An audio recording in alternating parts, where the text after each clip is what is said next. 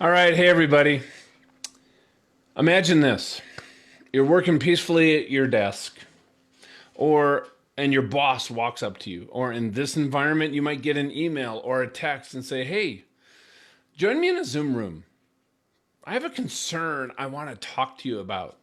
Now, in a matter of minutes, all of a sudden your peace evaporates. Imagine how, what do you feel like when this happens? When there's conflict, there's miscommunication, you don't understand why they said what they said, or you just feel completely unappreciated. All of a sudden, there's just sparks in the air, and you feel frustrated in your manager, in maybe yourself, and how you handled it. Like, just what just happened? So here's what we're going to talk about today. And this is in the category of leading up. We can lead in three different domains. Up, that is having an influence on our manager. We can lead sideways, that's with our peers. And we can lead down. Those are the people that might report to us. Okay, so most likely what just happened, what caused you to feel what you feel, was a communication problem. Now, learning how to communicate effectively with your manager will not only enable you to keep your job, but it's going to teach you a very needed skill to work with different people. It's going to help you advance your career. It's not only, what you know in your job that determines how far you can go and what's available to you. Very often job success that I have seen working with so many people is based on how well you get along with other people in the office, especially your boss. I've worked for some great bosses. I've worked for some bosses that are horrible, literally horrible. Now, it's quite possible that this lack of communication might not be entirely one-sided. Perhaps your manager does need to brush up on their personal skills, their communication skills, but maybe we do too. So, however, doing whatever we can to communicate better, it's going to help us get our points across, be more effective in what we do, and make us an indispensable member of every team. Because when we both have the technical skills and the personal skills, honestly, I think our careers, our skies, our ambitions can be realized. So here's some things to consider in communicating more effectively with our boss. There's five actually key areas. So here's what we're going to talk about. Let me share my screen here with you. So the first one is having a lack of trust. Maybe there's a lack of trust between you and your manager, and that is part of the problem. So here's something we can work on first. And the first one is building trust by working hard to do your job right the first time. Be that person that, when they get something from you, they know they don't have to double check it. They don't have to take time and go through every detail. When you give them something, they know that you're professional about what you do. That builds trust. The second one is speak in a pleasant manner and always speak well of them. What that means is do not gossip. Here's what gossip is: talking negatively about somebody else to somebody who's not part of the problem or the solution. I'll tell you this right now, gossip, it's become a common way that we communicate. It is an absolute cancer or an organization. And I know this, if you came up and started talking to me negatively about the boss, my assumption is you're going to talk negatively about me, even if we have a good relationship. So I'll tell you this, if one thing you take out of this, stop gossiping. The next one is, even when you disagree with somebody, try to do it in a way that you're not defensive. Listen, be curious, ask questions instead of reacting or stating your case or telling them maybe why they're wrong. Just move into a mode of curiosity versus one of judgment. Okay, now speaking of that, the next area is criticism. You feel criticized. Maybe your manager doesn't feel like you're pulling your weight on the project, and they share this with you. Now, we need to listen, but we also don't want to let people walk all over us. So here's what we need to do is we need to be respectful. Stand up for yourself. The second one is, though, is don't allow a disagreement to turn into shouting matches or arguments. If that is something you do, look back on it and say, okay, I don't want to do that again. Right before I raised my voice or just felt that anger, what were you feeling? What were you thinking right before you had that feeling? What's led to the shouting match? Now, I'll guarantee you this is going to happen again. So, identify right now in advance when that happens again, when you feel criticized, what do you want to think? Hey, this is a great opportunity to actually maybe change our relationship or change the dynamics of my working environment with this person. How do I want to feel? I want to feel calm and that this is an opportunity, even if it's a really difficult person. And also just keep this in mind too. Realize that your boss, he or she, they're trying to do their job. They have pressures above them. They're being told things you might not be aware of.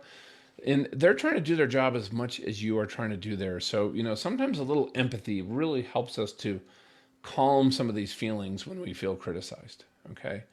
And then the other thing is, instead of just taking your manager's criticism personally, seek to really understand what they're saying and then respond much more effectively. Now, here's another aspect. Sometimes there's just a personality clash. There's people that I get along with amazing. As soon as I met them, I felt like I have a new best friend. And there's other people I meet, and I'm just like, this is going to be tough. Okay, now, even if the two of you simply just can't get along personally, that does not mean at all, because I've had plenty of people I've had to work with that were not the kind of people I'd want to go, have a beer with, so to speak. Okay? It doesn't mean all is lost. So let's do this. Let's start at a point of respect for their position. Let's communicate professionally and effectively, and let's do our best to leave some of those personal issues behind. Here's the other thing. I was just talking to a client of mine about this morning. Learn your manager's communication style. Strive to speak in a like manner. If you guys are familiar with the DISC, his boss was a high D. He wanted data and spreadsheets and knowledge, and it was a very transactional type person. The person who I was coaching, they are very relational. They want to know about the vision, how this affects people. They want to communicate in stories.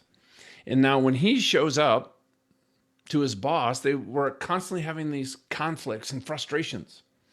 Well, guess what? If he wove in those stories the data, the transaction, the stuff that was also important to his boss, what happened was, because he followed up and said, you know what, this has completely changed how we speak. So get to learn that person's communication style, what they want, what they need. I think that's going to help.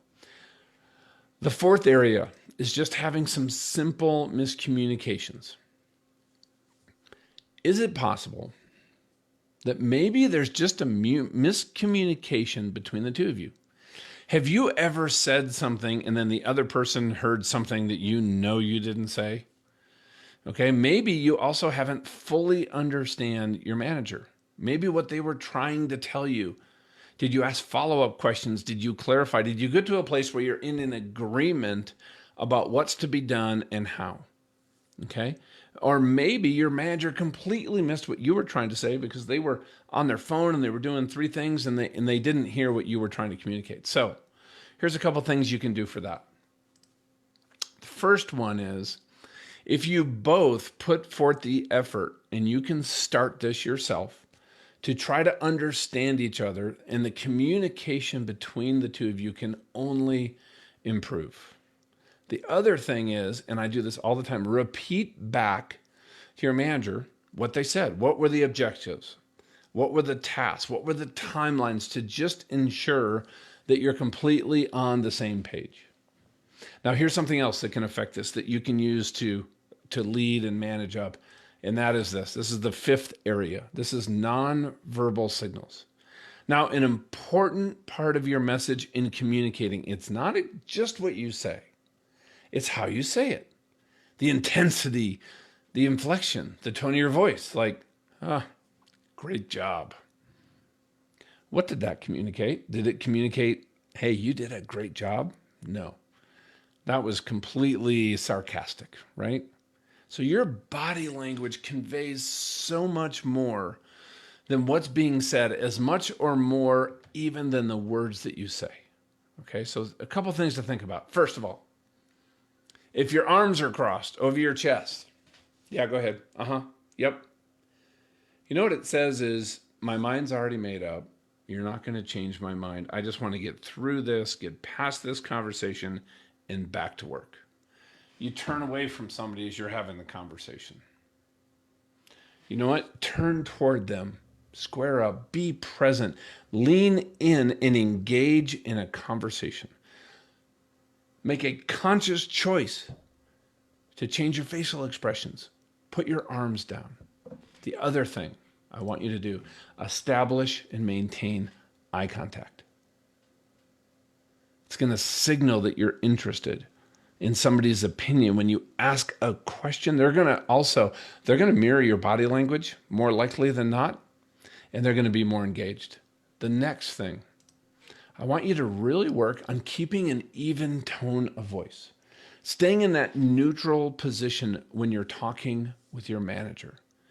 Okay, using these nonverbal signals correctly, tell you this, they can transform your relationship with your manager from being confrontational all the time into this great working relationship. Now, small improvements. I'm reading a book right now called Atomic Habits by James Clear. It's phenomenal. I totally recommend it.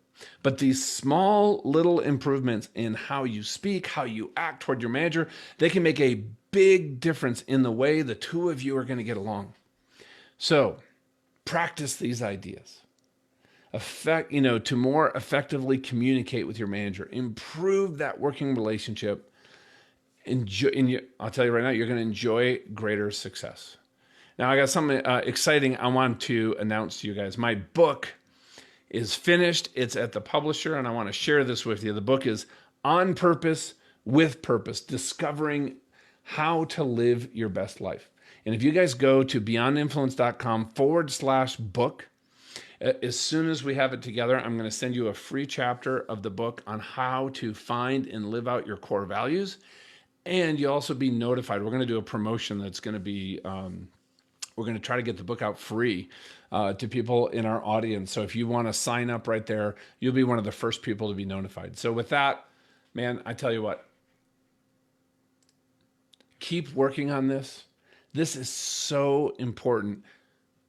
Small little things that you make habit in these different areas can have enormous positive effects on who you are as a leader, your career, your job satisfaction, your reputation, which is going to just open doors and create opportunities for you. I know it is. So anyway, if there's anything I can do to help, let me know. I'd love for you to comment below on this, on something, maybe a story that you have or something you found that has worked for you. With that, you guys are awesome, and I look forward to talking to you all again soon.